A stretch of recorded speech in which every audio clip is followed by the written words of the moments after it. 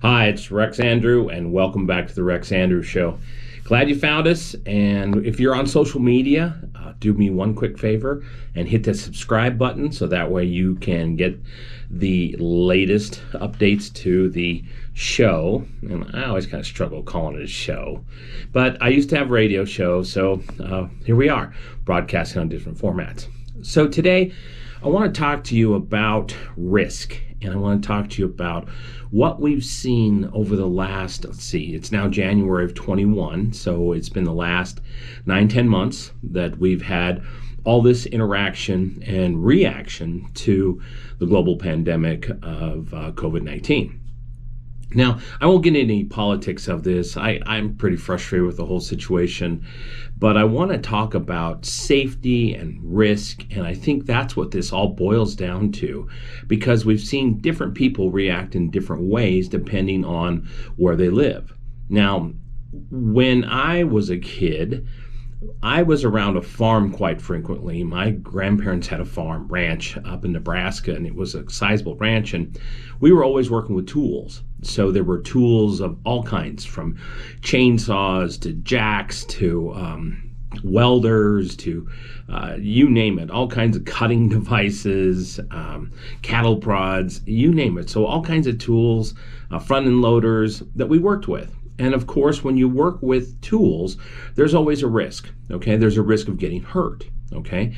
So I have had this ability to take a look at the world and go, well, gosh, it's not running a chainsaw. I'm not going to accidentally cut my leg off or cut my arm or have it bounce into my shin or something like that. So risk was something that I always talked about, managing that, and you can become unconscious to it. But if you spend all day operating a chainsaw, think about this. You have to be aware of that risk the entire time. So when you actually pull the starter to get it going, and it could bounce into your leg. If you have it on the ground when you're starting it, it could bounce around. When you're sawing something could, like a branch, could kick back on you and cause the saw to move. So constantly, when you're operating that saw, you have to be aware of the risks and the dangers. So one of the things that I've been watching is how people are responding and reacting to COVID-19, and it's based on their risk and experience for risk. Now, every day, every one of us in the United States gets up and we face risk, but most of the time, because things have been safety first. I mean, we don't really think through that risk every day. When we get in our cars and fire up the engine, do we think about the fact that between where we're going and home, that we're going to be in an accident and be killed? Well, no, because it's not that big of a risk. We've become safety. If we go to the airport and we get on a commercial flight, not everybody's really thinking through their risk. They're usually kind of thinking about their trip and those types of things, because commercial air travel in the United States is pretty risk-free. I mean, we don't see very many plane crashes.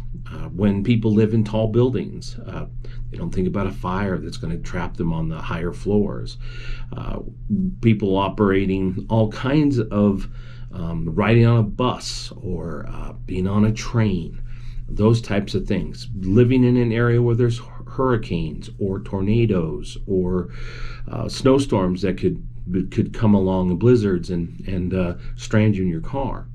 So the thing that we have in our modern day society here in the United States is we are really sheltered from risk. Absolutely sheltered from risk, if you think about it, because safety has been something that is always a primary concern. Well, safety isn't always a primary concern in our lives because things have become so safe. So when this global pandemic came along, if you look at where the masses of the people live in the United States, it's in the cities. It's very coastal, so it's along the East Coast and the West Coast. And people started to face the fact, because it was an unknown, that they could actually die.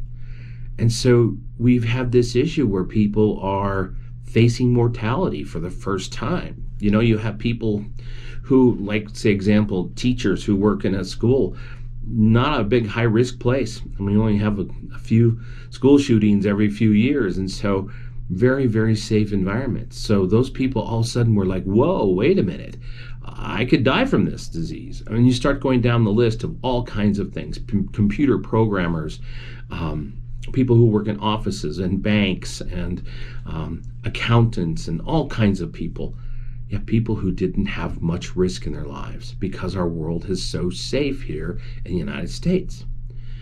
So with this now facing mortality potential, a lot of people started to really panic. And it was evident in the way that you saw and still see people responding to the global pandemic. Goodness gracious, I could catch this and there's no way to stop it, and I could end up dying.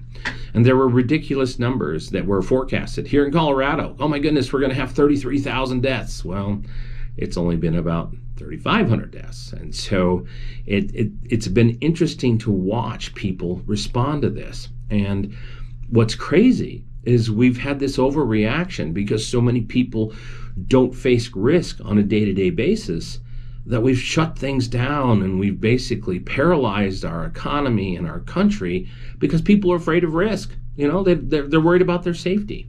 Now, I'm not belittling that. I understand that. I have lots of friends who work in businesses where there is no risk, and they are acting kind of strange about this. But the truth of the matter is if the more rural you get, and if you get into trades where people work with tools every day, so electricians like my son is, or a plumber, or somebody that frames houses or hangs steel, or basically works in all kinds of different construction trades, truck drivers, heavy equipment operators, people working on oil platforms and stuff, they deal with risk every day. So when a virus came along, it didn't look like it was this huge risk, because if you're operating a chainsaw every day, oh my goodness, the risk is real, because one small attention span gap and you could cut your leg off or severely injure yourself.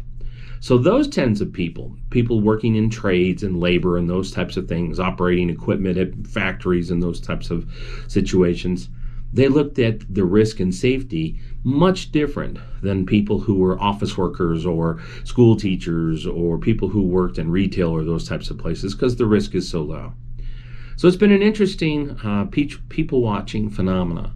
And I think when we look back at this, when this is all done, it might be apparent to people that risk management and looking at safety is much, much different, based on not so much your type of worrywart or non-worrywart. It has most to do with what level of risk and what level of safety do you do on a daily basis.